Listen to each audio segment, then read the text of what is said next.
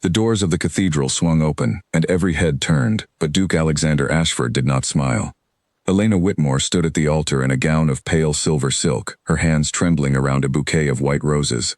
Hundreds of guests filled the pews, nobles and dignitaries who had traveled from every corner of the kingdom to witness the wedding of the season. Candles glowed along the stone walls, and sunlight poured through the high windows, but none of it warmed the chill that had settled over the room the moment Alexander's eyes met hers. He did not walk toward her with joy. His jaw was tight, his shoulders stiff beneath his ceremonial coat, and his eyes carried something colder than nerves. Elena felt her heart drop before he even opened his mouth. "Stop this ceremony," Alexander said, his voice cutting through the silence of the cathedral like a blade. Gasps rippled through the crowd. The priest, caught mid-motion with his prayer book raised, froze in place. Elena's fingers tightened around the roses until a thorn pressed into her palm, but she did not flinch. She had learned long ago never to show pain in front of people who were waiting to see her break. "Alexander," she said quietly, "what are you doing?" He stepped closer, close enough that only she and the priest could hear him at first, though his voice soon rose loud enough for the front rows to catch every word. "I know the truth about you, Elena. I know what you did to secure this marriage. I will not stand here and make vows to a woman who lied to my family from the very beginning." The words landed like stones thrown into still water. Elena's mind raced, trying to understand what he meant, but before she could respond, he turned to face the crowd, addressing them as though delivering a verdict rather than standing at his own wedding. "This woman is not who she claims to be," he announced. "She came into my family's life with false papers and a fabricated history. I have proof that her past was invented to trap me into this marriage for my title and my fortune." The cathedral erupted into whispers. Fans fluttered nervously in gloved hands. Somewhere near the back, a woman gasped so loudly it echoed off the stone ceiling. Elena felt every eye in the room turn against her at once, and for a moment, she could not breathe. "That is not true," she said, her voice shaking now, though she fought to keep it steady. "Alexander, look at me. Whatever you think you know, you have been misled." "I have seen the documents myself," he said, refusing to meet her gaze directly. "I trusted you. My family trusted you. And it was all built on lies." Elena searched his face for any sign of doubt, any flicker of the man she had fallen in love with over the past year, the man who used to bring her books from the city and sit with her in the garden discussing poetry until the candles burned low. She found nothing there now but a wall, cold and unmoving. "I have never lied to you," she said, "not once." But Alexander was already turning away. He removed the ring from his pocket, the one meant to seal their vows, and placed it on the altar rail instead of on her hand. The sound of metal against stone rang through the silent cathedral like a verdict being read aloud. "I cannot marry you," he said, "not like this, not knowing what I know." He walked down the aisle without looking back, his coat sweeping behind him, leaving Elena standing alone at the altar in front of everyone who mattered in noble society. The whispers grew louder, turning into open murmurs of judgment and pity. Some guests rose from their seats, unsure whether to leave or stay. Others stared at Elena as though she were a stranger who had wandered into the wrong building entirely. Elena did not cry. She would not give them that. She stood perfectly still, her spine straight, her chin lifted, even as her heart shattered somewhere deep inside her chest. She had given up everything to be here, had left behind the quiet, humble life she once knew, believing that love had chosen her for something greater. Now she understood that belief had been foolish. The priest cleared his throat awkwardly, unsure of what to do with a wedding that no longer had a groom. Before he could speak, however, the great doors of the cathedral opened again, this time with far more force than before. A man in a formal coat marked with a foreign crest strode down the aisle, flanked by two others carrying a sealed letter bearing a wax stamp Elena did not recognize. The murmuring crowd fell silent once more, though this time out of confusion rather than judgment. "Forgive the interruption," the man announced, his voice carrying easily through the stone hall. "I am here on behalf of the Royal Court of Aldervale. I seek Lady Elena Whitmore." Elena blinked, startled to hear her name spoken with such formality by a stranger. "I am Elena Whitmore," she said carefully. The man studied her for a long moment, then bowed low, a gesture reserved for those of significant rank. "Then it is my honor to finally find you, my lady. We have searched for you for many years." Confused whispers spread through the crowd again, faster this time, curiosity overtaking judgment. Elena felt her pulse quicken, uncertain what was happening, uncertain whether this was another cruel trick meant to humiliate her further. "I do not understand," she said. "Who are you?" "My name is Edmund Cole, an official of the royal court," he said. "Years ago, A nobleman named Lord Harrington Vale was believed to have died at sea along with his infant daughter, lost in a shipwreck off the northern coast. It has recently come to light that his daughter did not perish that day. She was rescued by a passing merchant vessel and raised far from her true home, unaware of who she truly was. Elena's breath caught in her throat. She had never known her birth parents. She had been raised by a humble family who found her as an infant, wrapped in a blanket embroidered with a crest she had never been able to identify. She had always assumed it meant nothing. "You believe that daughter is me," she said slowly. "We are certain of it," Edmund said. "The blanket you were found with matches the Vale family crest exactly. Records confirm your age, your rescue, and the location where you were found, all align perfectly with the missing heir. Lady Elena, you are the last surviving daughter of Lord Harrington Vale. By right of birth you inherit his estate, his fortune, and his title, which by ancient law of your father's homeland surpasses even that of a duke." A stunned silence fell over the cathedral. Elena stared at the sealed letter Edmund extended toward her, her hands still trembling, though now for an entirely different reason. Somewhere near the back of the room she heard Alexander's footsteps stop. He had not yet left the building. Elena turned her head slowly and found him standing frozen near the cathedral doors, his face pale, his earlier certainty replaced by something that looked very much like disbelief. He had just rejected a woman he called a fraud, only to learn, moments later, that she was heir to a fortune and title greater than his own. The crowd began to whisper his name now instead of hers, and for the first time since he had entered the cathedral that morning, Alexander Ashford looked as though the ground beneath him had shifted completely. Elena did not smile in triumph, though she had every right to. Instead, she felt something colder settle over her, a quiet clarity that replaced the humiliation of moments before. She looked at the ring still resting on the altar rail, then at the man who had abandoned her in front of everyone she knew, and she made a decision that would change everything that followed. She would not chase him. She would not explain herself. Whatever came next, she would face it on her own terms, not as the bride who had been rejected, but as a woman finally learning the truth of who she really was. Behind her, the Dowager Duchess Margaret rose from the front pew, her face drained of all color. She had spent months whispering doubts into her son's ear, feeding him fragments of false evidence, convinced that Elena was nothing more than a clever girl chasing a fortune far above her station. Now the truth had arrived in the form of a royal official, and it exposed a fortune far greater than anything her own family possessed. Margaret's hand gripped the edge of the pew as though the floor itself might give way beneath her. Beside her, Alexander's younger sister, Charlotte, stared at Elena with wide eyes, her earlier smugness replaced by something close to panic. She had helped spread the rumors that painted Elena as a fraud, hoping to see her cast aside so a lesser match could be arranged in her place. Watching Elena now, dressed in silver silk and flanked by royal officials, Charlotte understood that whatever scheme her family had built was beginning to collapse around them. Elena noticed none of this directly, though she could feel the weight of their stares pressing against her back. She kept her eyes forward, refusing to let old wounds show on her face.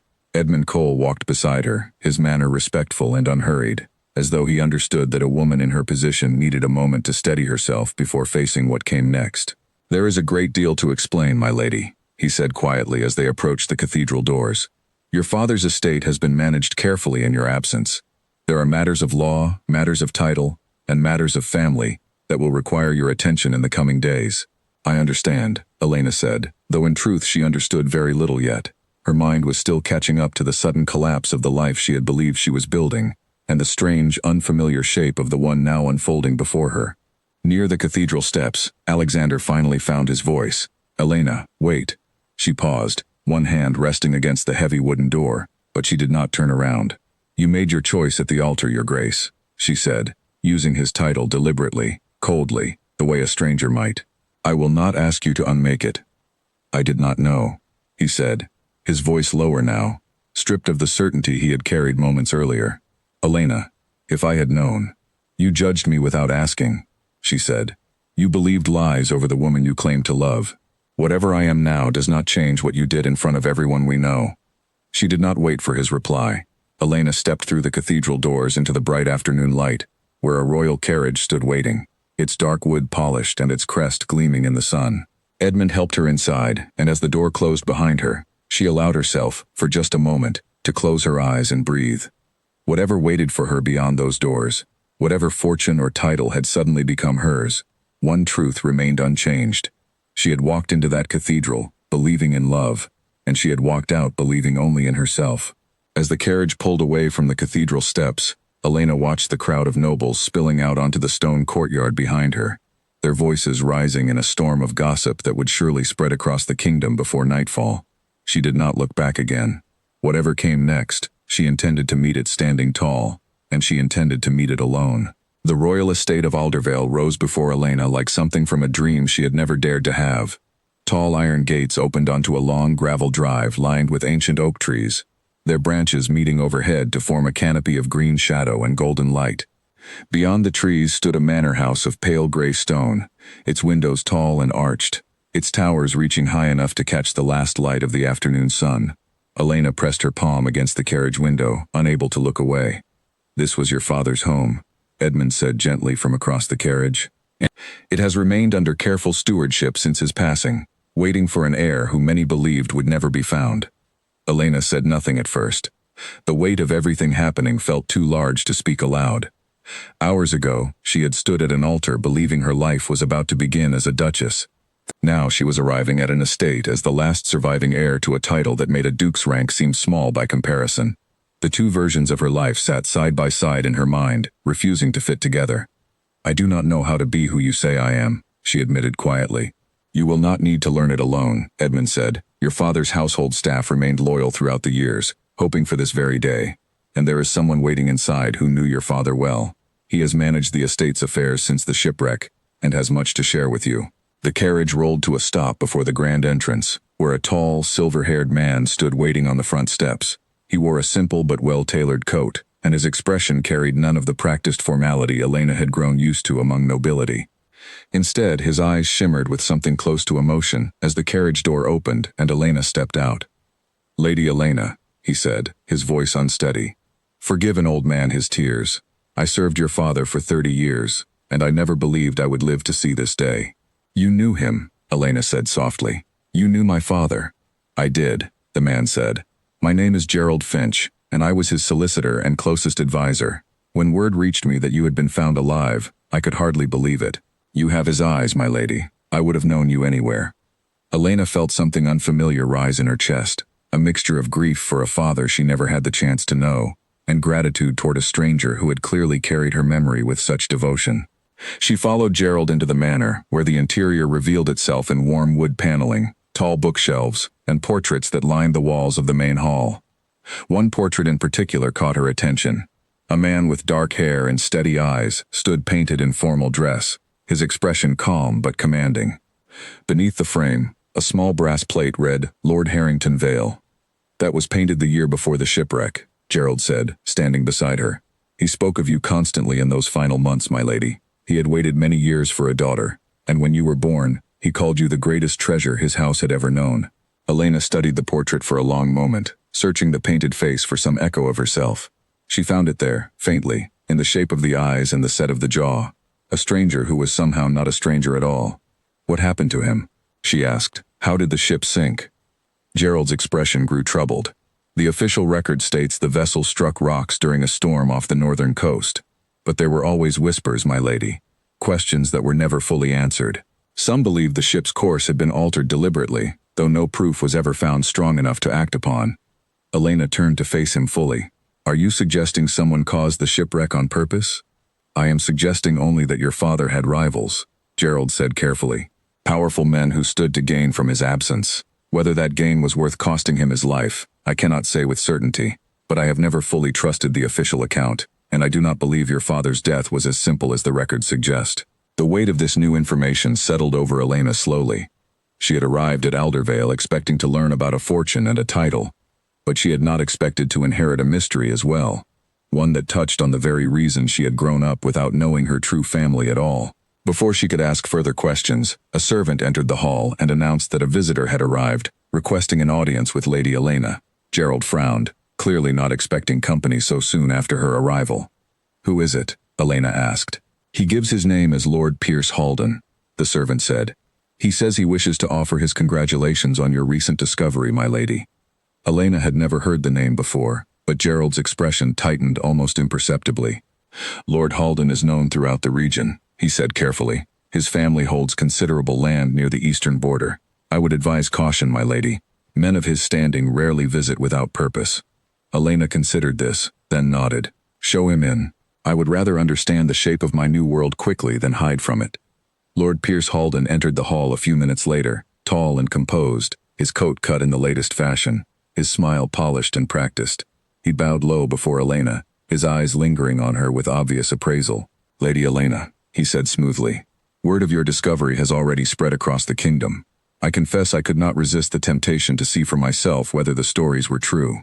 It seems they were, and more remarkable than I imagined. You are very direct, Lord Halden, Elena said. I find directness saves a great deal of wasted time, he replied, his smile widening slightly. I understand you were meant to marry the Duke of Ashford this very morning, before events took an unexpected turn.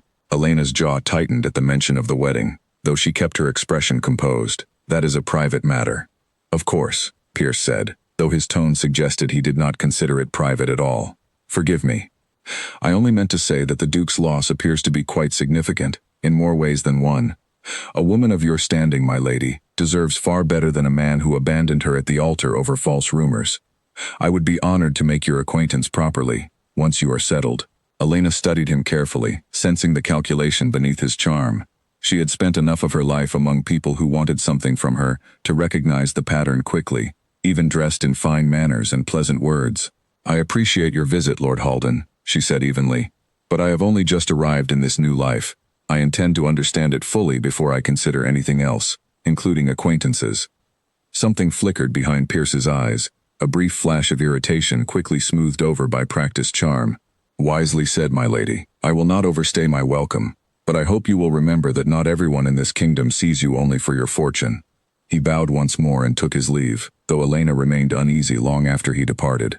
Gerald stepped closer once the doors closed behind him. Be careful of that one, he said quietly. His family has long sought to expand their influence through marriage rather than merit. Your father never trusted the Halden line, and I see no reason you should either.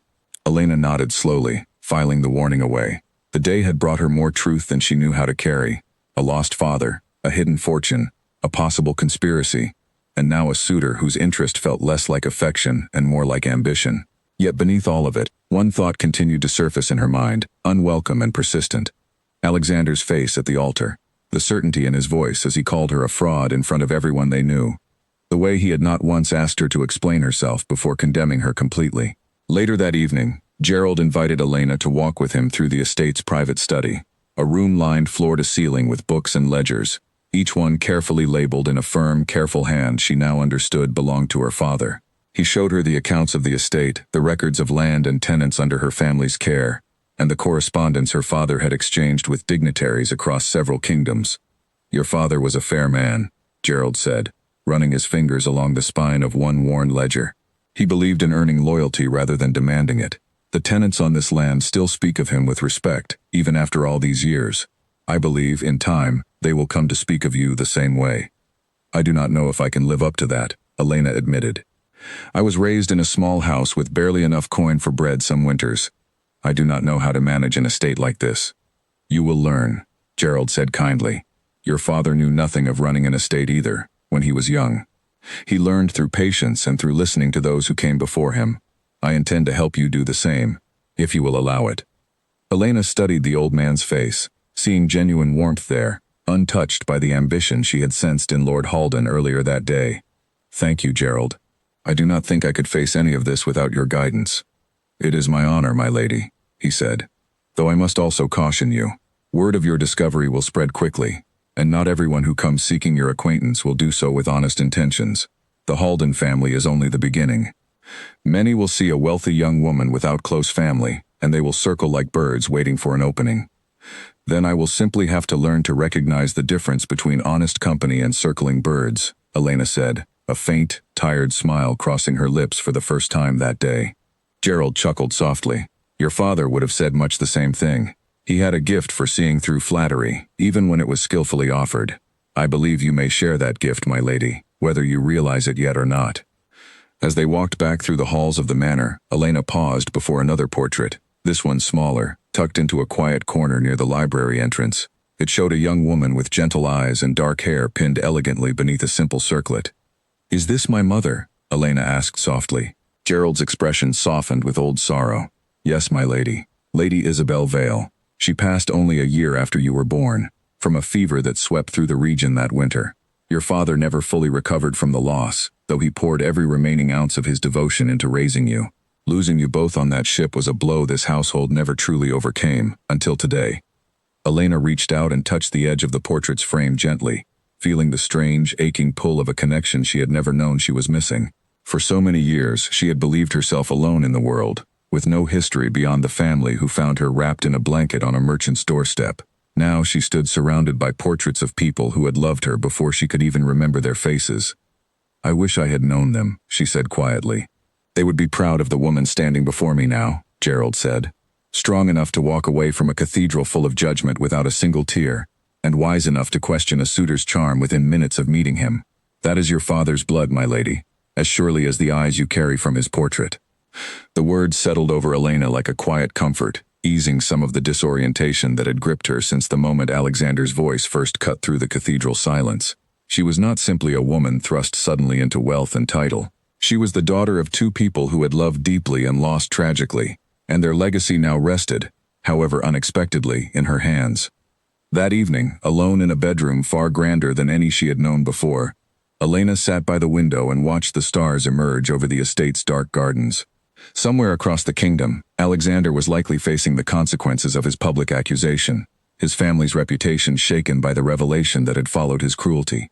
She told herself she did not care what happened to him now. But as she closed her eyes that night, it was not Lord Halden's polished charm or Gerald's warnings about conspiracy that lingered in her mind. It was the memory of Alexander's face in the moment before he learned the truth, still certain, still cold, still willing to destroy her reputation without a shred of doubt. Whatever love she had once believed they shared, she understood now that it had never been strong enough to survive a single moment of difficulty. She fell asleep with that thought heavy in her chest, unaware that far away, in the halls of Ashford Manor, Alexander was staring at the same stars, consumed by a growing certainty that he had made the gravest mistake of his life. In her dreams that night, Elena did not see the cathedral, or the ring left abandoned on the altar rail. Instead, she saw her father's steady eyes from the portrait, and her mother's gentle face framed by the simple circlet, and somewhere beyond them both, a ship sailing through a storm that had taken everything from her before she had even learned to speak. When morning came, she woke with a quiet resolve settling firmly in her chest. Whatever answers waited for her about her parents, about the shipwreck, and about the people who might have wished her father harm, she intended to uncover every one of them, no matter how long it took or how many powerful families stood in her way. Alexander had not slept, and by the time morning light broke through the tall windows of Ashford Manor, he had already made up his mind. He found his mother in the breakfast room, seated calmly at the long table as though nothing unusual had happened the previous day. The Dowager Duchess Margaret lifted her teacup with practiced grace, her expression composed, though a faint tightness around her eyes betrayed the sleepless night she too had clearly endured. "Good morning, Alexander," she said, not looking up from her tea. "I trust you have had time to gather yourself after yesterday's unfortunate scene." "Unfortunate scene," Alexander repeated, his voice low and dangerous. "Mother, do you understand what happened yesterday?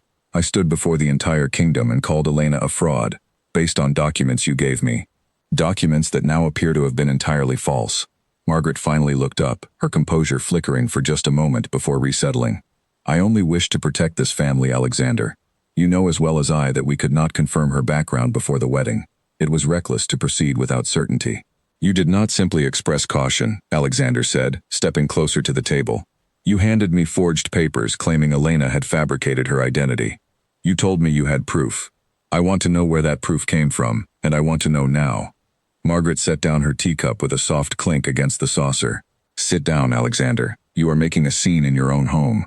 "I will not sit down until you answer me," he said. "Who gave you those papers, Mother?" A long silence stretched between them before Margaret finally sighed, the practiced elegance in her posture slipping slightly.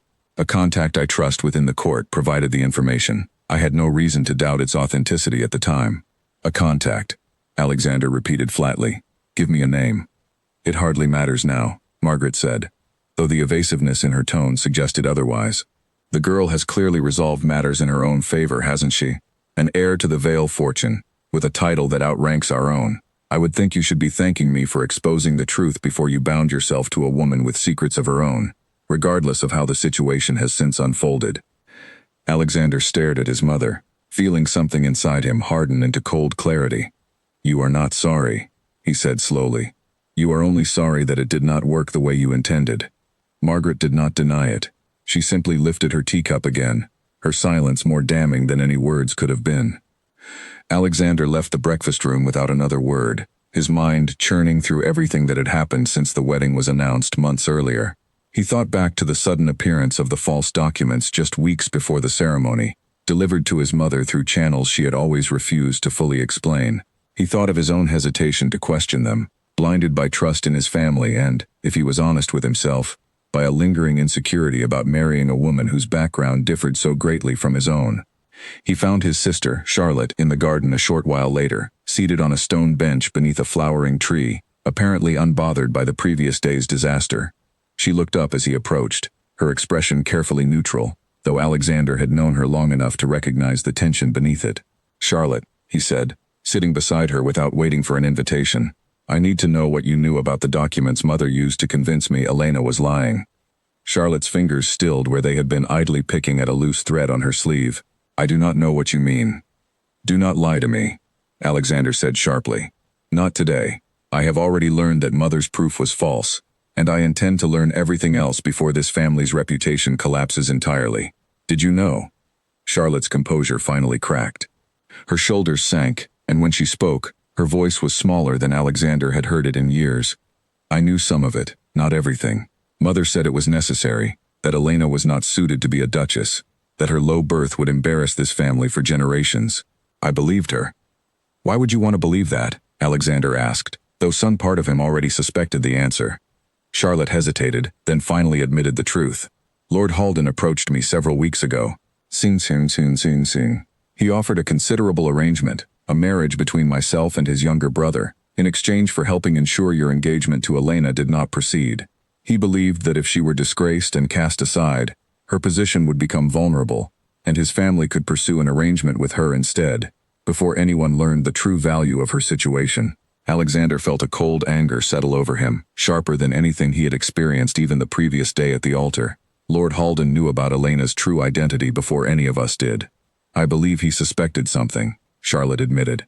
"He never explained fully, only that Elena's background was more complicated than it appeared, and that disgracing her before the wedding would create an opportunity worth pursuing. I did not know the full truth, Alexander. I swear it.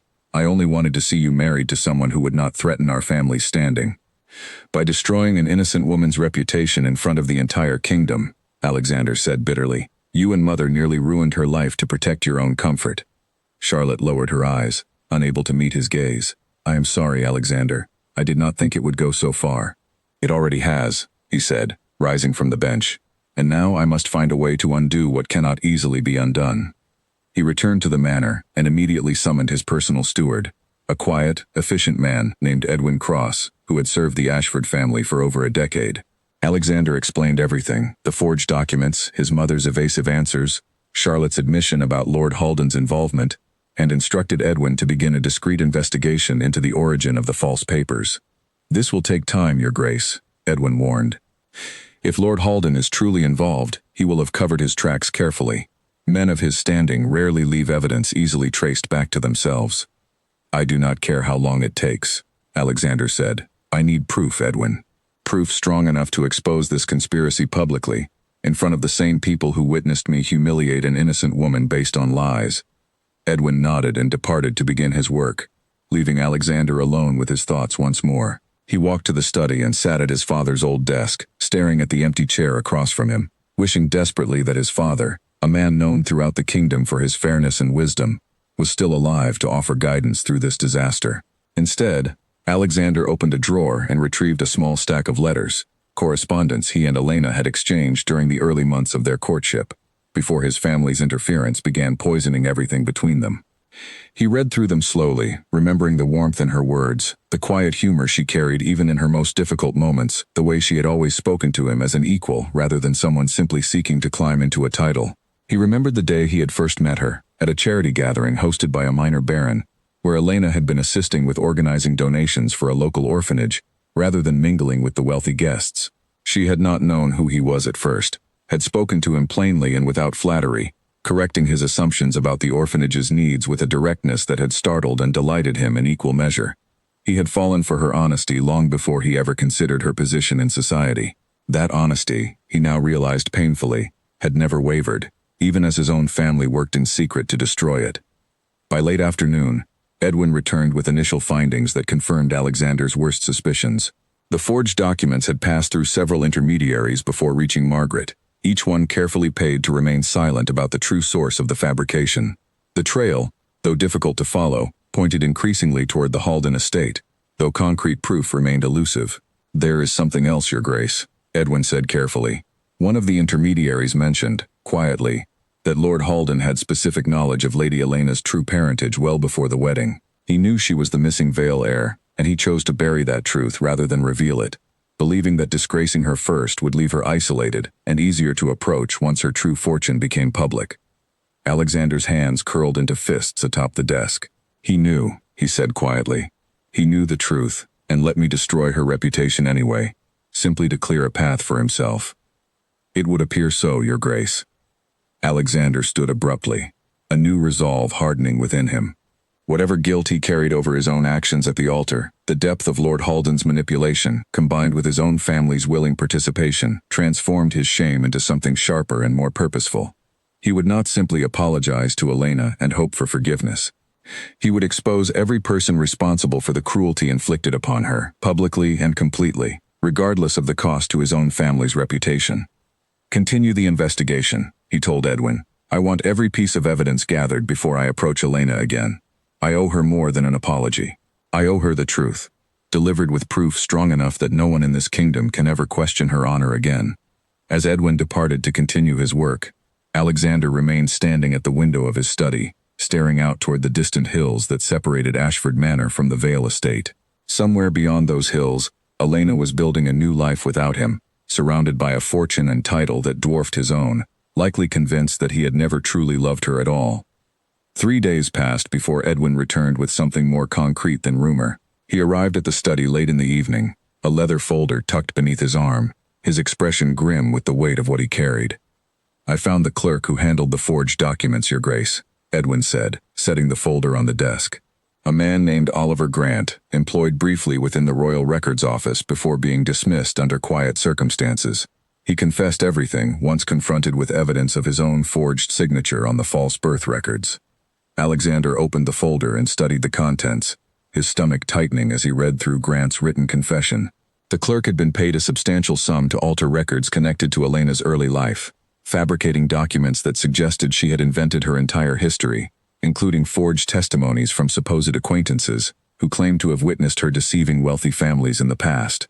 "He names Lord Halden directly," Alexander said, reading further, "and he confirms Mother's involvement, stating she paid the final sum that ensured his silence." "There is more, Your Grace," Edwin said quietly. "Grant claims Lord Halden possessed knowledge of Lady Elena's connection to the Vale family for several months before the wedding. He had commissioned a private investigator to trace her origins after noticing similarities between her appearance and the old portraits of Lord Harrington Vale displayed years ago in a Royal Gallery exhibition. Rather than reveal this discovery, Halden chose to suppress it, believing that if her engagement to you collapsed in public disgrace, she would be left vulnerable and isolated, with no family connections to protect her, making her far easier to pursue once her fortune eventually came to light." Alexander closed the folder, his hands trembling slightly with barely contained fury. He built an entire scheme around destroying her reputation, simply to clear his own path toward her fortune. "It would appear so," Edwin confirmed. "And your mother, whether she fully understood the extent of his intentions or not, provided the final piece needed to convince you the documents were legitimate." Alexander sat in heavy silence for several minutes, the full scope of the betrayal settling over him like a physical weight.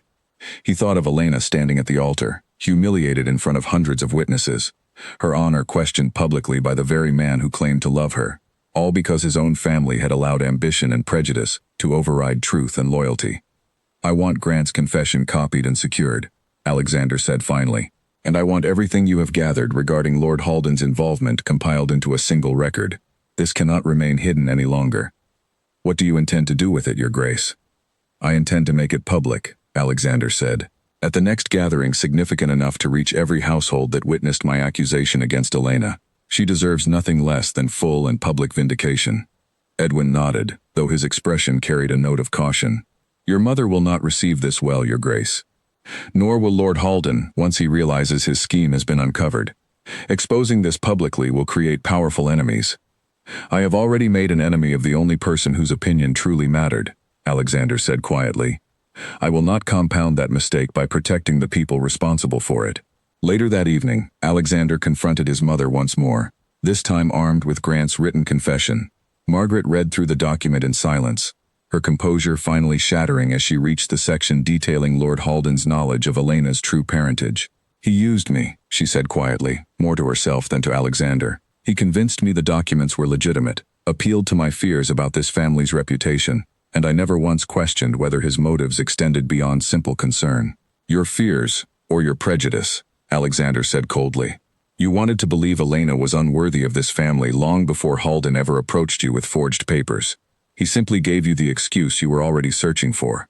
Margaret did not argue the point. She sat silently for a long moment, staring at the confession in her hands, before finally speaking again. What will you do now? I intend to correct the damage this family has caused, Alexander said, publicly and completely, regardless of what it costs our reputation. Elena deserves nothing less. And what do you intend to do about Charlotte's arrangement with Lord Halden's family? That arrangement is finished, Alexander said firmly.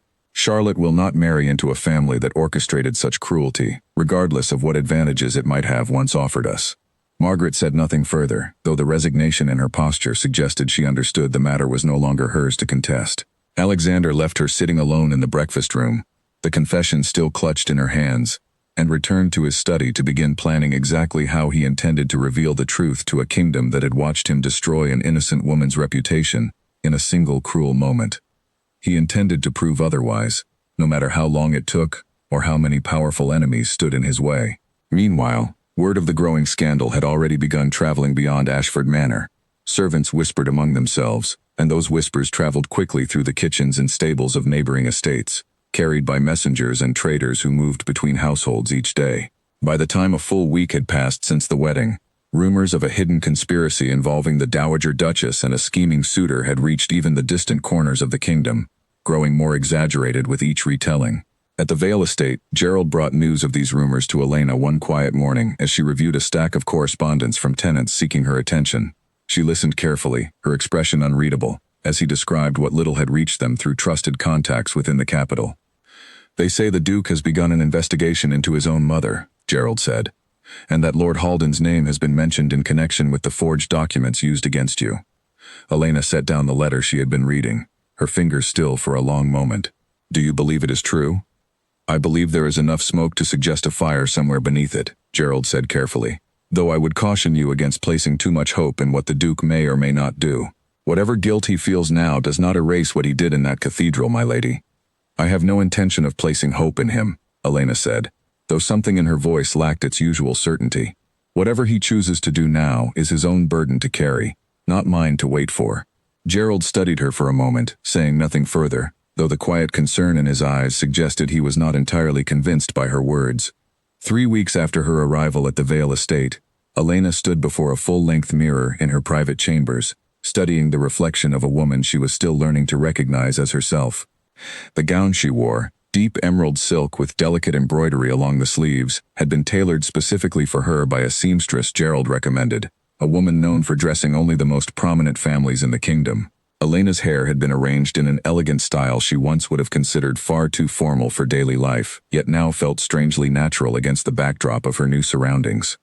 You look every bit the lady your father would have wished you to become, Gerald said from the doorway, his voice warm with genuine pride. I still feel like I am wearing someone else's life, Elena admitted, smoothing the fabric of her skirt. Every day I learn something new about managing this estate, and every day I wonder if I am doing it the way my father would have wanted.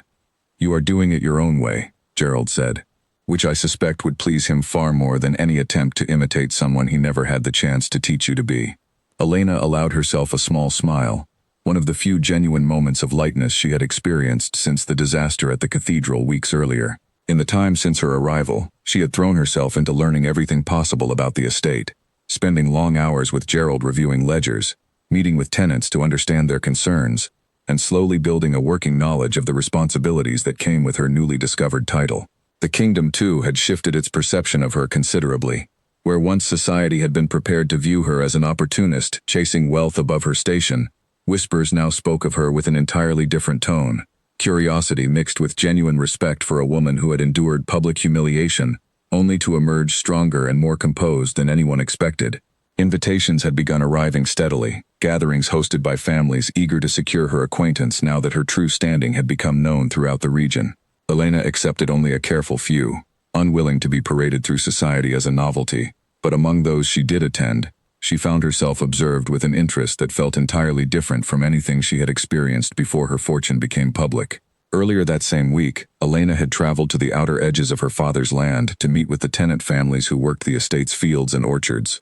Gerald had warned her that many of them remained uncertain about the sudden arrival of an unknown heir, having grown accustomed over the years to management by stewards rather than direct oversight from the family itself. Her first stop was a modest farmhouse belonging to a family named Whitfield, where an older man named Samuel Whitfield greeted her with cautious politeness, clearly unsure how to address a woman who had so recently transformed from a stranger into his landlord. "My lady," he said, bowing awkwardly, "we did not expect a visit so soon after your arrival."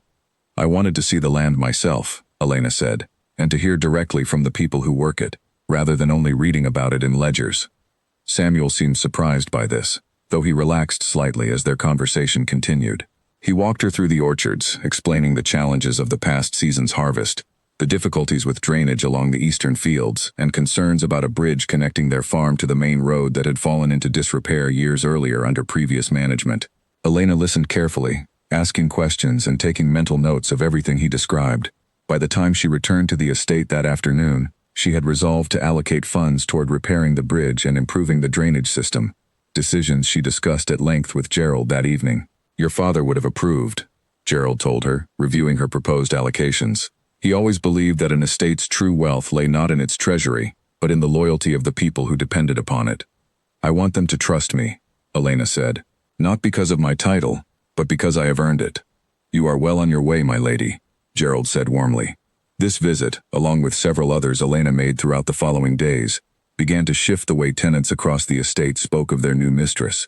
Word spread quickly through the local villages of a lady who walked the fields herself, who listened patiently to complaints and concerns, who acted swiftly to address problems long ignored by previous management. The cautious uncertainty that had greeted her arrival slowly transformed into genuine respect, a foundation Elena found far more valuable than any title or fortune could provide on its own.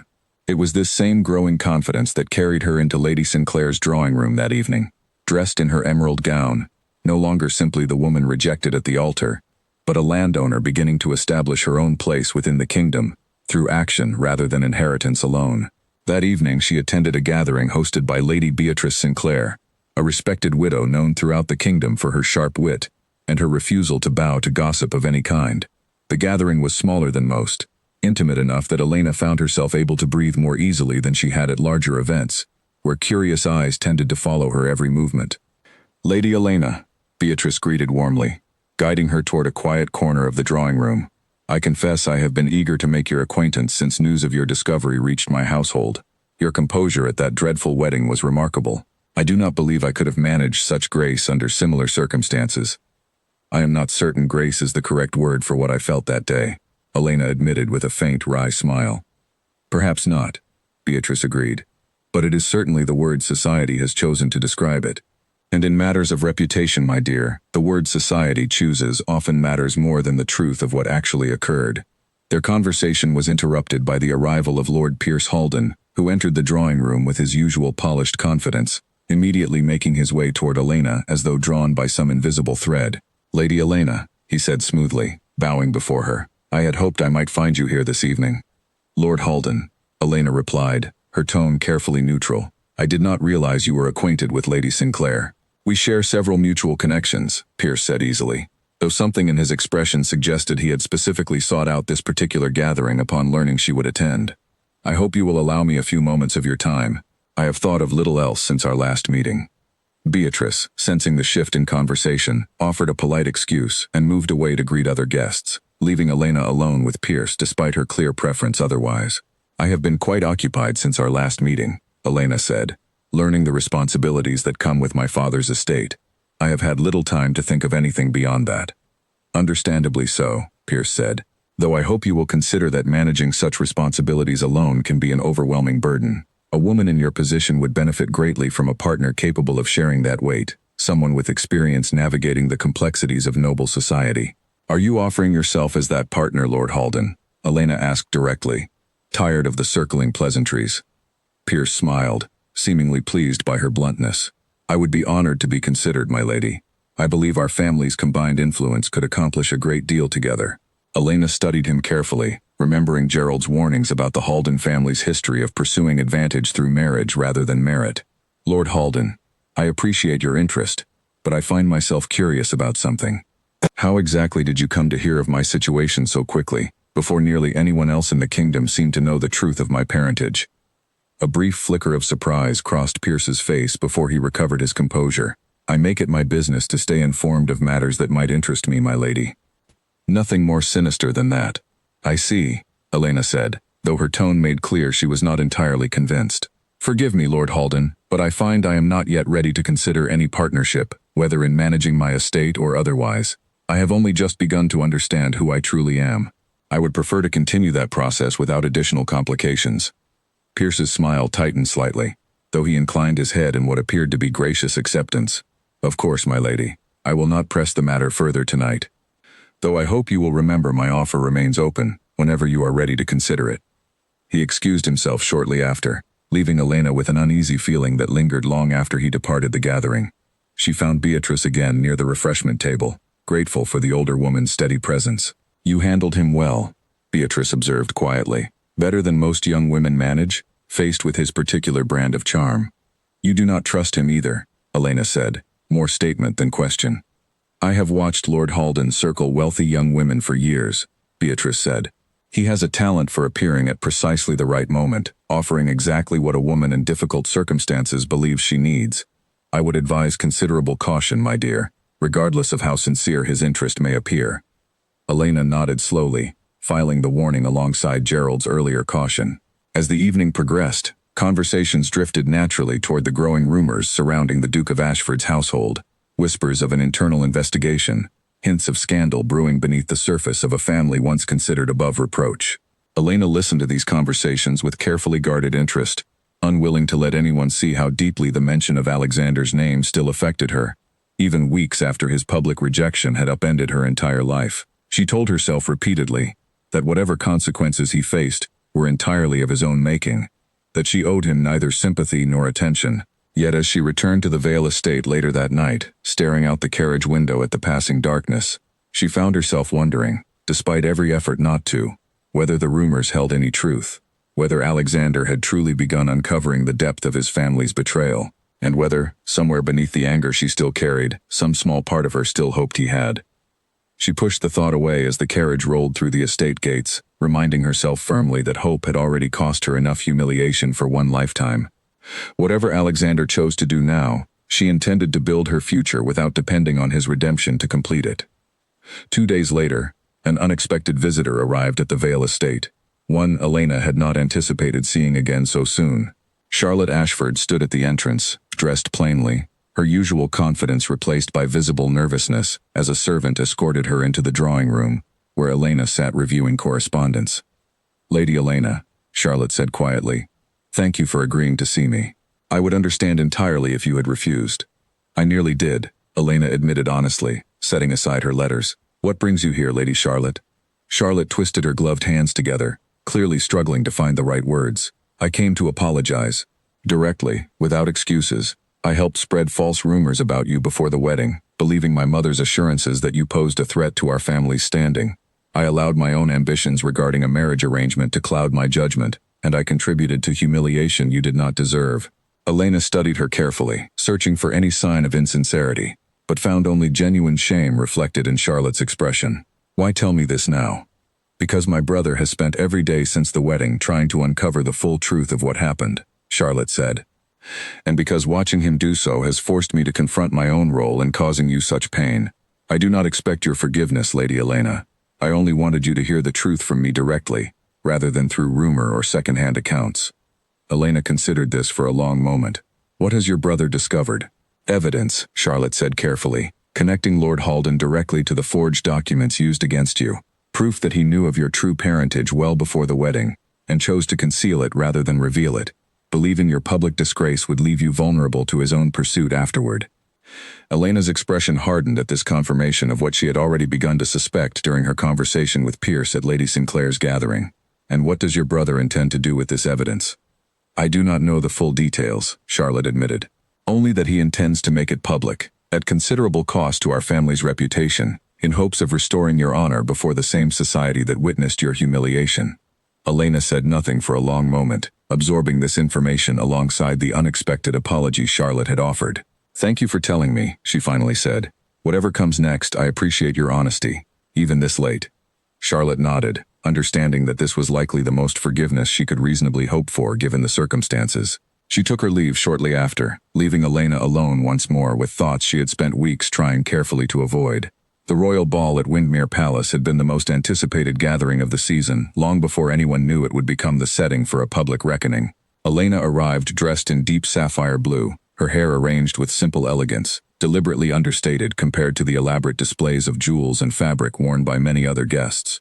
She had debated whether to attend at all, knowing full well that Alexander would likely be present, along with much of the same society that had witnessed her humiliation weeks earlier. In the end, Gerald had convinced her that avoiding the gathering would only fuel further gossip, while attending with quiet confidence would remind everyone present exactly who she had become.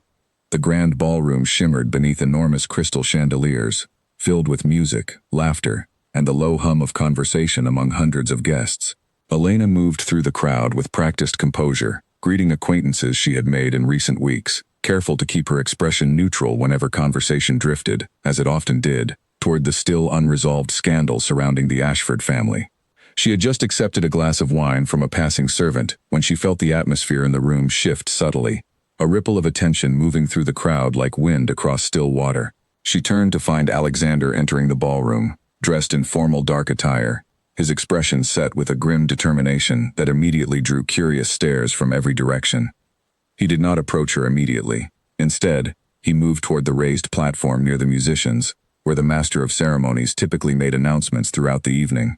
Elena watched, her pulse quickening despite her efforts to remain composed, as Alexander exchanged brief words with the startled official, before stepping onto the platform himself. The orchestra fell silent at a gesture from the master of ceremonies, and conversation gradually died away, as guests turned their attention toward the unexpected interruption. Elena felt her stomach tighten with a mixture of dread and curiosity, uncertain what Alexander intended to do in front of such a large and influential audience. Forgive this interruption, Alexander began, his voice carrying clearly across the now silent ballroom. I understand this is neither the time nor place for such matters, but I find I can no longer allow silence to protect those who least deserve it. Murmurs rippled through the crowd. Near the edge of the room, Elena noticed the Dowager Duchess Margaret go rigid, her face draining of color as she realized what her son intended to do. Weeks ago, Alexander continued, in front of many of you gathered here tonight, I publicly accused Lady Elena Whitmore, now known as Lady Elena Vale, of deception and fraud. I refused to marry her at the altar, believing documents presented to me as proof of her dishonesty. I was wrong. The ballroom erupted into hushed whispers, though Alexander pressed forward before the noise could grow too loud to continue over. Those documents were forged, he said clearly, created deliberately to destroy Lady Elena's reputation before our wedding could take place. I have since discovered, through careful investigation, that this forgery was orchestrated for personal gain by someone within this very room. Every eye in the ballroom turned instinctively toward Margaret, though Alexander's next words redirected their attention entirely. Lord Pierce Halden, Alexander said, his gaze finding the man standing near the refreshment tables, his earlier confidence rapidly draining from his expression, discovered Lady Elena's true parentage months before our wedding. Rather than reveal this information honestly, he chose instead to fund and orchestrate a scheme to have her falsely accused of fraud, believing that her public disgrace would leave her isolated and vulnerable, allowing him to pursue her fortune once her true identity eventually came to light. Gasps spread through the crowd as guests turned toward Pierce, whose face had gone pale with the sudden, undeniable exposure of his scheme in front of the entire assembled nobility. This is preposterous, Pierce said, though his voice lacked its usual smooth confidence. I have no idea what evidence your grace believes he possesses, but I assure you, these accusations are entirely without merit. I have a signed confession. Alexander said, withdrawing a folded document from within his coat. From the clerk you paid to forge Lady Elena's records. I have testimony connecting payments from your estate to intermediaries who facilitated the scheme, and I have my own sister's admission that you approached her directly, offering a marriage arrangement in exchange for her assistance in ensuring the false accusations reached me before the wedding. Elena stood frozen near the edge of the crowd, her wine glass forgotten in her hand, watching the scene unfold with a mixture of vindication and disbelief. She had not expected Alexander to expose the conspiracy so publicly, nor so thoroughly, and the sight of Pierce's carefully constructed charm crumbling before an audience of his peers left her feeling strangely hollow rather than triumphant. Pierce's composure finally shattered entirely. You cannot prove any of this without dragging your own family through the same disgrace, he snapped, his eyes narrowing with sudden malice. Your mother provided the final documents that convinced you to abandon Lady Elena at the altar. Are you prepared to expose her as thoroughly as you intend to expose me? Yes, Alexander said simply, without hesitation. My mother's actions were inexcusable, and she will face the consequences of her choices as surely as you will face yours. I will not allow my family's reputation to shield the truth any longer, regardless of the cost. A stunned silence fell over the ballroom at this admission. Margaret, still standing near the edge of the crowd, lowered her eyes, unable to meet the curious and judgmental stares now directed toward her from every corner of the room. Pierce, realizing the futility of further denial, attempted one final desperate maneuver. Even if these accusations hold merit, he said, his voice regaining some of its earlier smoothness, Lady Elena herself has shown little interest in pursuing any relationship with the Duke since these events unfolded. Perhaps she recognizes, as I do, that his judgment cannot be trusted, regardless of tonight's dramatic confession. All eyes turned toward Elena now, waiting for her response. She felt the weight of hundreds of gazes settling upon her, the same crowd that had watched her humiliation weeks earlier now waiting to see how she would respond to this new revelation. She set down her wineglass carefully and stepped forward, her voice steady and clear as it carried across the silent ballroom. Lord Halden, she said, I find it remarkable that a man who spent months orchestrating my public disgrace now presents himself as more trustworthy than the man who, despite his mistakes, has spent weeks working to expose the truth and restore my honor. Whatever judgment I hold regarding the Duke's actions, I hold far greater judgment regarding yours. Pierce's jaw tightened at this public rebuke, delivered calmly and without hesitation in front of the very society he had hoped to impress. Furthermore, Elena continued, I have my own evidence to add to this evening's revelations.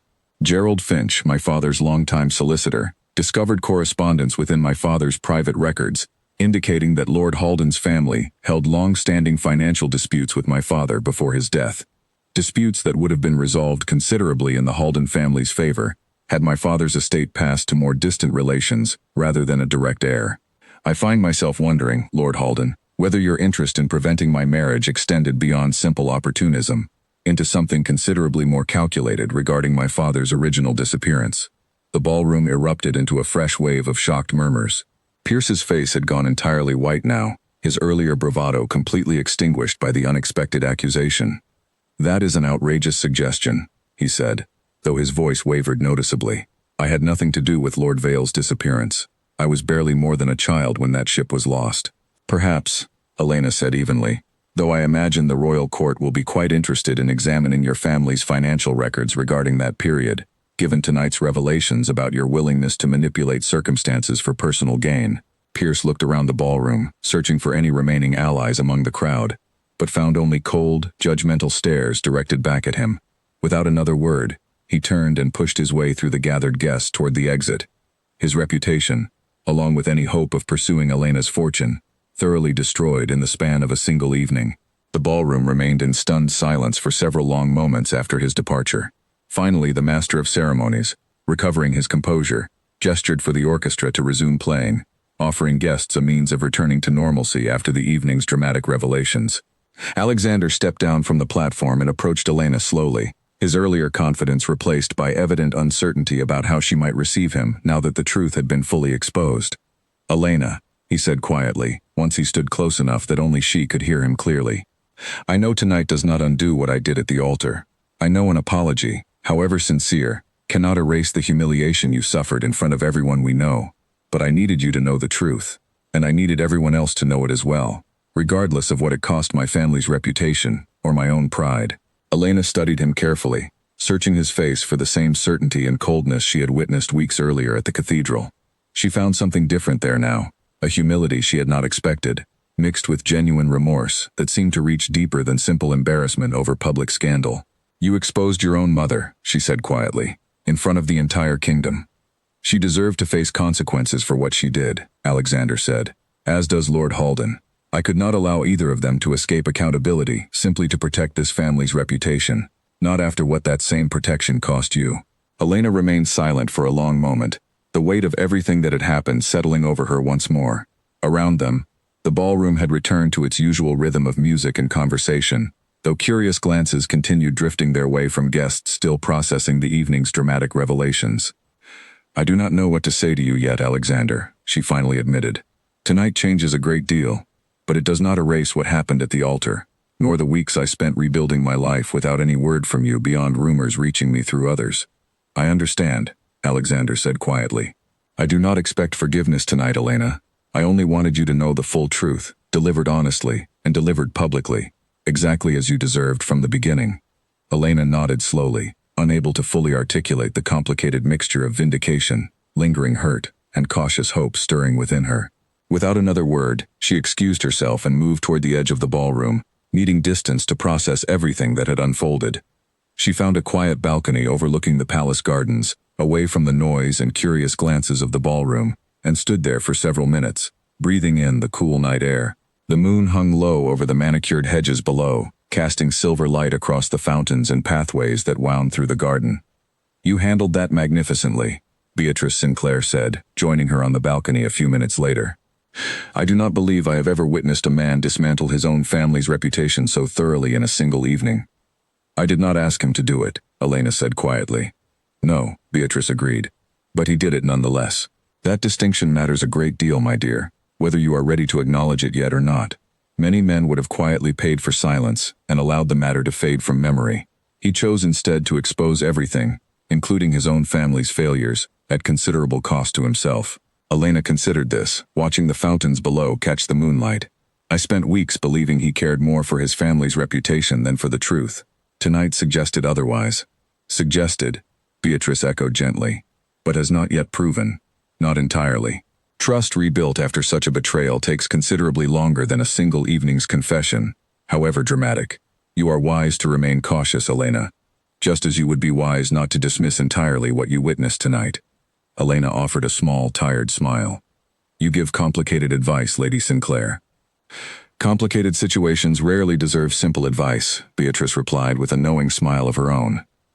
A short while later, as Elena prepared to leave the gathering, she encountered Margaret standing alone near the palace entrance, seemingly waiting for her carriage while other guests continued celebrating within.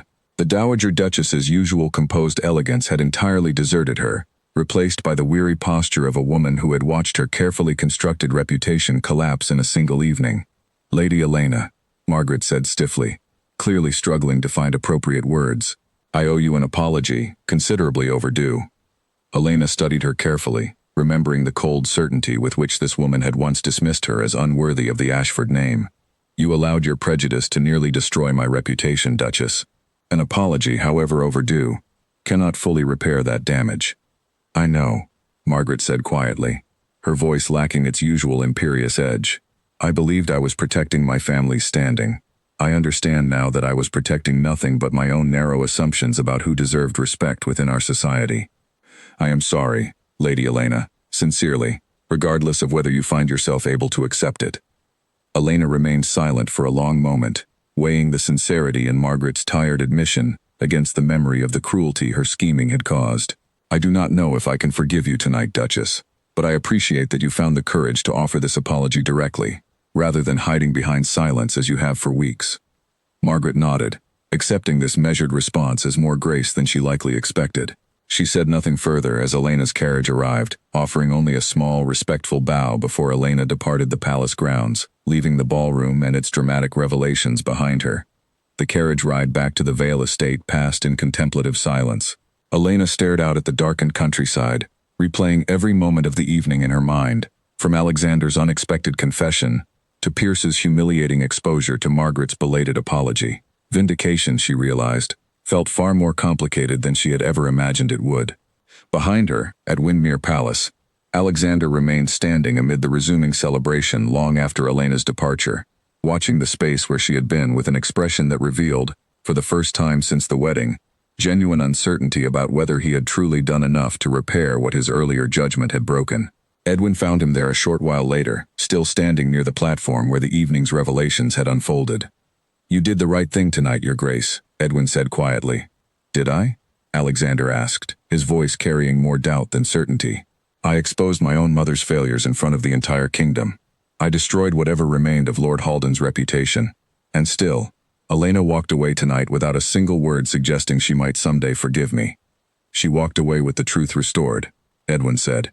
"That mattered more to her than anything else you could have offered, Your Grace. Forgiveness, if it comes, will come in its own time, built slowly through actions rather than a single evening's confession, however necessary that confession was." Alexander nodded slowly, understanding the wisdom in Edwin's words even as impatience gnawed at him. He had spent weeks working tirelessly to uncover the truth, believing that exposing it publicly would somehow restore what his hasty judgment had shattered at the altar. Tonight had proven that truth alone, however thoroughly delivered, could not simply erase weeks of pain and betrayal. He would need to prove himself further, he realized, through patience and consistent honesty rather than dramatic gestures alone. Whatever path remained between himself and Elena, he understood now that it would require considerably more than a single night's reckoning to walk it fully. Winter arrived early that year, dusting the hills surrounding the Vale estate with a thin layer of frost that lingered well into the morning hours. 2 months had passed since the revelations at Windmere Palace, months that transformed both Elena's life and Alexander's standing within the kingdom in ways neither had fully anticipated. Lord Haldan's reputation lay in ruins, his family's estate under formal investigation by royal officials following the evidence Alexander and Elena presented that dramatic evening. The Dowager Duchess Margaret had withdrawn largely from public society, her influence considerably diminished, though Alexander had ensured she retained enough dignity to live quietly without further public humiliation. A mercy Elena privately believed spoke well of him despite everything. Charlotte, freed from her arranged entanglement with the Haldan family, had begun spending considerable time at charitable institutions throughout the region, quietly working to rebuild her own reputation through genuine service rather than social maneuvering. Elena had encountered her on several occasions during her own visits to local orphanages, and though their conversations remained careful and measured, a tentative respect had begun growing between them. As for Alexander, he had spent the 2 months since the ball demonstrating, through consistent action rather than grand gestures, the sincerity of his remorse. He wrote to Elena regularly, though his letters never pressed for forgiveness or demanded her attention. Instead, he shared updates on his efforts to reform the estate's management practices, his work addressing the lingering damage his family's scheming had caused among tenants and allies alike, and occasional, careful reflections on his own failures in judgment that had led to the disaster at the altar. Elena read each letter carefully, though she rarely responded beyond brief, polite acknowledgments. She was not yet certain what she felt toward him, torn between genuine appreciation for the thoroughness of his public accountability and lingering hurt over the ease with which he had once condemned her without hesitation. During this same period, news arrived from the royal court regarding the formal conclusion of the investigation into Lord Haldan's family. Edmund Cole, the very official who had first arrived at the cathedral to reveal Elena's true parentage, visited the Vale estate personally to deliver the findings. "The court has confirmed everything uncovered at the ball," Edmund explained, seated across from Elena and Gerald in the estate's drawing room. "Lord Haldan's family has been stripped of several landholdings as penalty for the forgery scheme, and Pierce himself has been barred from holding any official title or position within the royal court for a period of no less than 10 years.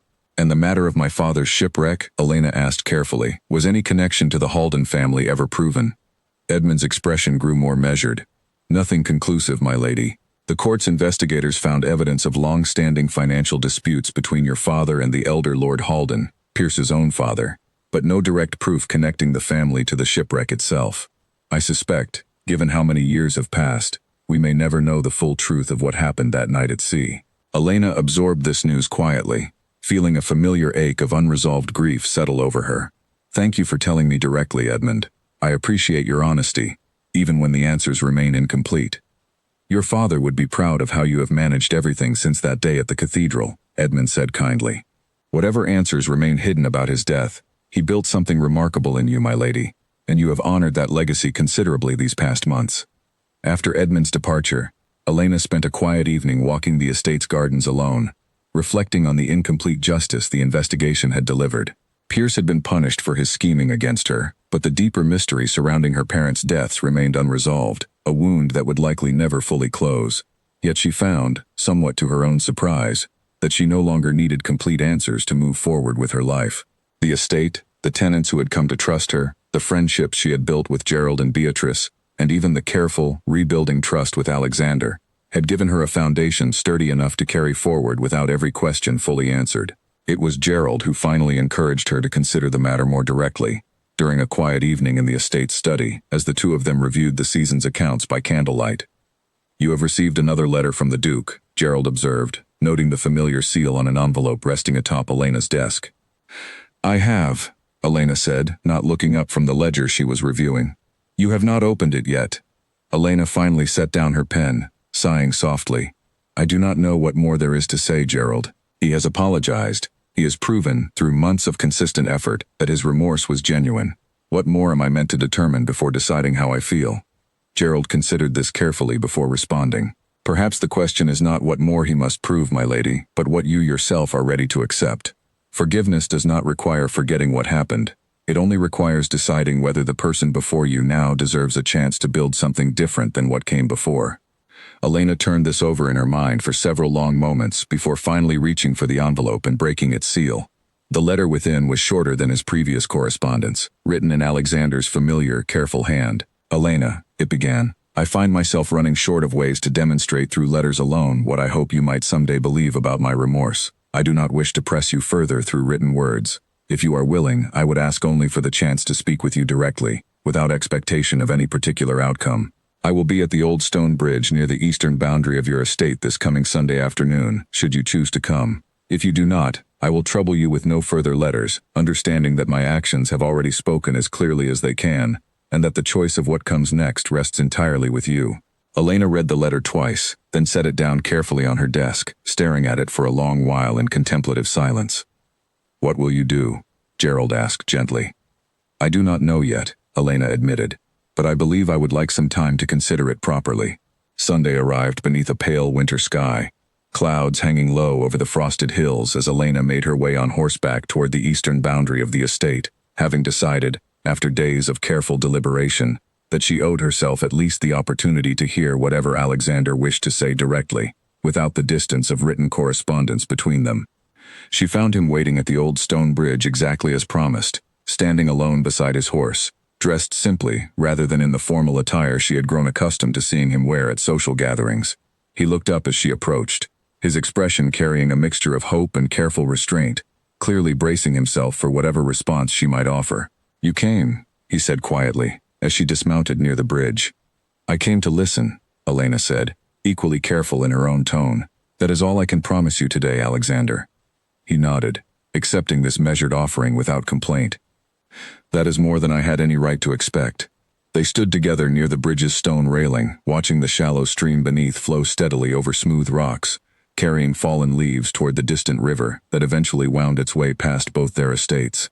"I have spent these past months trying to understand how I became a man capable of condemning you so completely, without a single moment of doubt," Alexander said finally, his voice quiet but steady. "I have concluded that it was never truly about the false documents, Elena. It was about my own insecurity, my own fear that I did not deserve someone as honest and genuine as you, and my willingness to believe the worst simply because it confirmed doubts I had already been carrying long before those forged papers ever reached my mother." Elena listened carefully, saying nothing yet, allowing him space to continue. "I do not offer this as an excuse," he continued. "Nothing excuses what I did to you that day, in front of everyone we knew, but I wanted you to understand the truth of it, rather than simply the fact of it. I failed you because I failed to trust myself, and in doing so, I failed to trust the person who had given me every reason to believe in her honesty.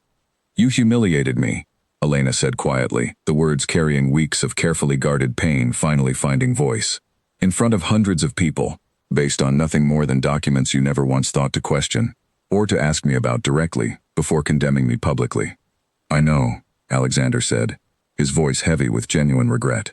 "I have relived that moment countless times since, wishing desperately that I had simply asked you, rather than assumed the worst. I cannot undo what happened at that altar, Elena. I can only try, through whatever time you are willing to give me, to prove that the man who stood there that day is not the only man I am capable of being. Elena turned to look at him fully, studying his face carefully in the pale winter light. She saw none of the cold certainty that had once devastated her at the cathedral. Instead, she found only quiet humility, patient and unhurried, asking for nothing beyond the chance to continue proving himself over time. I am not ready to simply return to what we once had, Alexander, she said carefully. Too much happened. Too much trust was broken in a single moment, and rebuilding it will take considerably longer than a few months of letters and a public confession, however sincere. I understand, Alexander said. I am not asking for what we once had. I am only asking for the chance to build something new, slowly, without expectation of how quickly it might grow, or whether it grows into anything resembling what we lost that day. Elena considered this for a long moment, watching the stream continue its steady flow beneath the bridge. I appreciate your patience, Alexander, and I appreciate everything you have done these past months to restore the truth, regardless of the cost to your own family. But I will need considerable time before I am ready to trust you fully again, if that trust returns at all. I am willing to wait, Alexander said simply, as long as necessary. They remained at the bridge a while longer, speaking quietly of smaller matters, the estate's tenants, the ongoing investigation into Lord Halden's family, Charlotte's growing involvement in charitable work. The conversation carried none of the tension that had marked their earlier exchanges since the wedding, replaced instead by something more careful and honest. Two people slowly learning to speak with each other again after everything that had broken between them. As the afternoon light began to fade, Elena finally mounted her horse to return to the estate, pausing once more before departing. Alexander, she said, I do not know what the future holds for us, but I am willing to continue speaking, slowly, without rushing toward conclusions neither of us are ready to reach yet. A faint, genuine smile crossed Alexander's face, the first true smile Elena had seen from him since long before the disaster at the altar. That is more than I hoped for today, Elena. Thank you. She nodded once, then turned her horse back toward the estate, leaving Alexander standing alone at the bridge, watching her departure with quiet, patient hope rather than the desperate urgency that had characterized his earlier attempts at reconciliation. In the months that followed, their relationship rebuilt itself slowly, carefully, through small gestures rather than grand declarations. Alexander visited the Vale estate occasionally, always with proper notice, always respecting whatever boundaries Elena set regarding the pace of their renewed acquaintance. He assisted her, when invited, with matters of estate management, offering advice drawn from his own years overseeing Ashford Manor, though he was always careful never to overstep or assume authority that belonged to her alone. They walked the tenant farms together on several occasions, and Elena watched with quiet approval as Alexander spoke respectfully with the families who worked her land, listening genuinely to their concerns, rather than treating the visits as mere formality. Samuel Whitfield, the farmer whose bridge Elena had repaired months earlier, later remarked to Gerald that the Duke seemed a changed man from the cold figure described in the rumors following the wedding disaster, humbled considerably by whatever hard lessons the past months had taught him. Elena, in turn, found herself gradually softening toward him, watching consistent actions replace the empty promises she had once feared might define whatever remained between them. She noticed, over time, that Alexander no longer spoke with the reflexive certainty that had once led him to condemn her so completely. Instead, he asked questions, sought her opinion before forming judgments, and openly acknowledged uncertainty rather than masking it with false confidence. It was this transformation, more than any single gesture or apology, that gradually convinced Elena the man before her had genuinely changed rather than simply performing contrition to win back what he had lost. Nearly a year after the disaster at St. Margaret's Cathedral, Alexander proposed to Elena again, this time in the quiet privacy of the Vale Estate's gardens, without crowds or witnesses, without expectation of a particular answer. He offered no elaborate speech, only a simple, honest request for the chance to spend his life proving himself worthy of the trust he had once so carelessly broken. Elena, standing among the same gardens where she had spent countless hours rebuilding her own strength and independence since that terrible day, found herself finally ready to answer honestly, not out of need or obligation, but out of a renewed trust built slowly and deliberately over months of patient, consistent honesty. She said yes, not as the bride once rejected before hundreds of judgmental witnesses, but as a woman who had built her own place in the world entirely on her own terms, choosing now, finally, to share that world with a man who had proven himself worthy of standing beside her rather than above her. Their second wedding, held quietly in the small chapel near the Vale estate rather than the grand cathedral of their first attempt, included only close friends and family, free from the scandal and public spectacle that had once defined their story. Gerald stood proudly among the small gathering, watching the daughter of his old friend finally find the happiness she deserved. Beatrice Sinclair offered her characteristic sharp wit throughout the celebration, while even Charlotte, present and genuinely welcomed, watched the ceremony with quiet tears of relief and hope for her brother's renewed happiness. As Elena and Alexander exchanged their vows in the quiet chapel, surrounded by candlelight and the simple beauty of those who had witnessed and supported their difficult journey toward this moment, Elena understood finally that true partnership was never built on perfect beginnings, but on the willingness to rebuild honestly after everything had fallen apart. She stood not as a duchess chosen for her fortune or title, but as a woman who had chosen, deliberately and with full knowledge of everything that had come before, to build a future with a man who had earned, through patience and genuine accountability, the second chance she had once believed impossible to offer. Spring arrived at the combined Ashford and Vale estates nearly 2 years after the quiet chapel wedding, bringing with it new responsibilities neither Elena nor Alexander had fully anticipated when they first exchanged their renewed vows. Elena stood in the nursery of Ashford Manor, watching sunlight stream through tall windows onto a cradle where their infant daughter slept peacefully, her small hand curled against a blanket, embroidered with both the Vale and Ashford family crests woven carefully together. Elena traced the stitching gently, remembering the similar blanket in which she herself had once been found as an infant, the very object that had eventually revealed her true identity to the world. "She has your eyes," Alexander said quietly, entering the nursery and coming to stand beside her. "Gerald says the same thing," Elena replied with a soft smile, "though I suspect he says it about every child born into this family, regardless of whose eyes they truly favor." Alexander chuckled softly, wrapping an arm gently around her shoulders as they both watched their daughter sleep. Their marriage, built slowly and deliberately over the 2 years since their reconciliation, had grown into something neither cautious nor uncertain, but steady and genuine, tested thoroughly by the difficulties of their beginning, and strengthened considerably by the honesty they had both committed to maintaining ever since. The estates themselves had flourished under their combined management.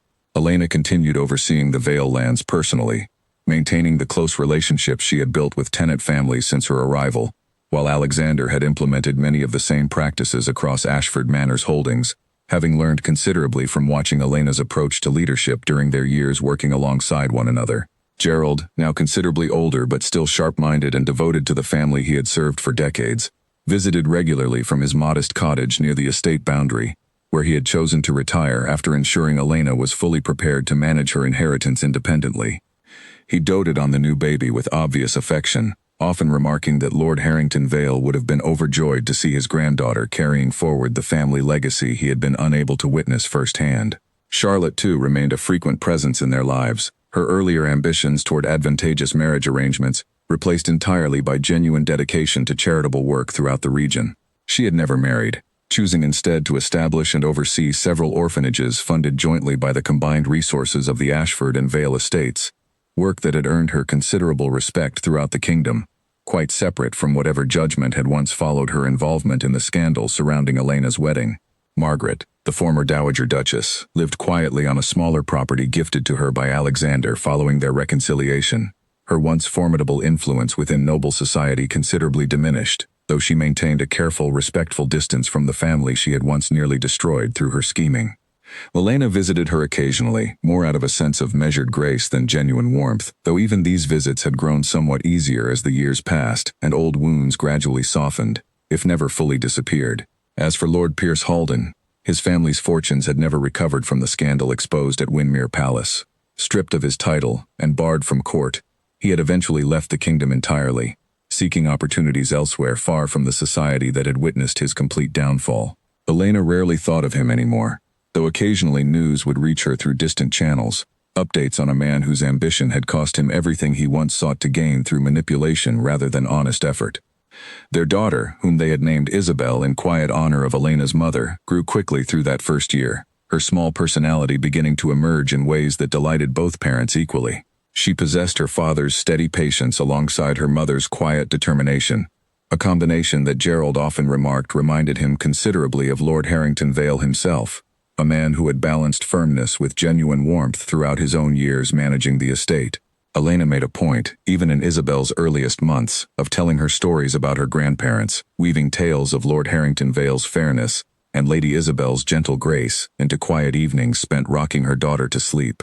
She wanted Isabel to understand, even before she could fully comprehend the words, that her family's legacy extended far beyond wealth or title, resting instead in values of honesty, patience, and genuine care for those entrusted to their guidance. Alexander, too, found himself reflecting considerably on the kind of father he wished to become, determined that his daughter would never witness in him the same rash judgment and wounded pride that had once led him to condemn her mother so publicly and so unfairly. He spent long hours in the nursery some evenings, simply watching Isabel sleep, silently promising himself that he would raise her to trust her own judgment, to seek truth before assumption, and to extend the same patient understanding to others that Elena had eventually, painstakingly, extended to him. The estate itself continued flourishing under their combined stewardship. Tenant families who had once regarded Elena's sudden arrival with cautious uncertainty now spoke of her with genuine affection, many bringing their own children to the manor occasionally to play alongside young Isabel as she grew older. Samuel Whitfield's own grandchildren became frequent visitors, and Elena often found herself smiling at the sight of her daughter running freely through gardens and orchards alongside children whose families had worked this same land for generations. Beatrice Sinclair, though considerably older now, remained a cherished friend and frequent visitor, offering Isabel the same sharp wit and honest counsel she had once extended to Elena during those uncertain early months following the wedding disaster. She often teased that she intended to shape young Isabel into a woman every bit as formidable as her mother, a promise that made Elena laugh warmly each time it was offered. One afternoon, as spring gave way gradually toward the warmth of early summer, Elena received an unexpected letter bearing an unfamiliar seal, delivered by a merchant ship's captain who had traveled considerable distance to reach the estate. Curious, she opened it carefully, finding within a brief note accompanied by an old, weathered logbook. The letter explained that the sender, an elderly sailor who had once served aboard merchant vessels along the northern coast, had recently come across records suggesting he might possess information relevant to the shipwreck that had claimed Lord Harrington Vale's life so many years earlier. Though age and failing health prevented him from traveling personally, he had sent what documentation he retained, hoping it might offer Elena some closure regarding a tragedy that had shaped so much of her life. Elena spent that evening carefully reading through the logbook with Alexander seated beside her, the two of them piecing together fragments of information that had remained hidden for over 2 decades. The records suggested, though did not conclusively prove, that the storm which claimed her father's ship had indeed been unusually severe for the season, weakening the theory that the wreck had been deliberately orchestrated, rather than a genuine accident of nature. While the logbook could not fully answer every question that had lingered since her arrival at Windmere years earlier, it offered enough context to suggest that perhaps her father's death had truly been the tragic accident it originally appeared to be, rather than a calculated act of sabotage born from rivalry or greed. "Does this bring you any peace?" Alexander asked gently, once they had finished reading through the weathered pages together. Elena considered the question carefully before answering. "Perhaps not complete peace," she said, "but perhaps enough understanding to finally set aside questions I had feared might never find answers. Whatever truly happened that night, I have built a life my parents would be proud of, regardless of whether every mystery surrounding their deaths is ever fully resolved." Alexander nodded, understanding the quiet wisdom in her acceptance, a wisdom that had grown considerably since the frightened, humiliated woman who once stood alone at a cathedral altar, uncertain of everything except her own determination to survive whatever came next. That evening, as the sun set gently over the combined estates now flourishing under their careful stewardship, Elena and Alexander stood together on the same balcony, where Elena had once found quiet solitude following the dramatic revelations at Windmere Palace years earlier. Their daughter slept peacefully in the nursery behind them. The estates around them thrived under management built on honesty and mutual respect, and the difficult journey that had once begun with public humiliation and betrayal had transformed, slowly and deliberately, into a partnership built on genuine trust earned through patience rather than assumed through convenience or circumstance. "We have come a considerable distance from that cathedral," Alexander said quietly, watching the last light of sunset fade over the distant hills. "We have," Elena agreed, leaning gently against him. "Though I suspect neither of us would have arrived here quite so genuinely had that terrible day never happened. Sometimes the most difficult beginnings lead toward the most honest endings, provided both people involved are willing to do the difficult work required to rebuild what was broken." Alexander pressed a gentle kiss to the top of her head, both of them standing quietly together as darkness settled comfortably over the estate they had built together. A life neither had expected when they first exchanged vows meant to be simple and celebratory, only to have that ceremony transform instead into the beginning of a far more complicated, far more meaningful journey toward genuine love, earned rather than assumed. Their story, unlike so many others that began with fairy tale simplicity, had been built instead on the harder, more honest foundation of accountability, patience, and the willingness to rebuild trust piece by careful piece, proving that even the most public humiliation and betrayal could eventually transform into something stronger and more genuine than either of them had originally believed possible on that terrible morning when everything first fell apart. Years later, when Isabel grew old enough to ask her mother about the small, faded blanket kept carefully preserved in a chest within the manor's library, Elena would sit her down and tell her the whole story from the very beginning: the cathedral, the sudden arrival of royal officials, the months of rebuilding, and the patient, deliberate work that had eventually transformed heartbreak into genuine partnership.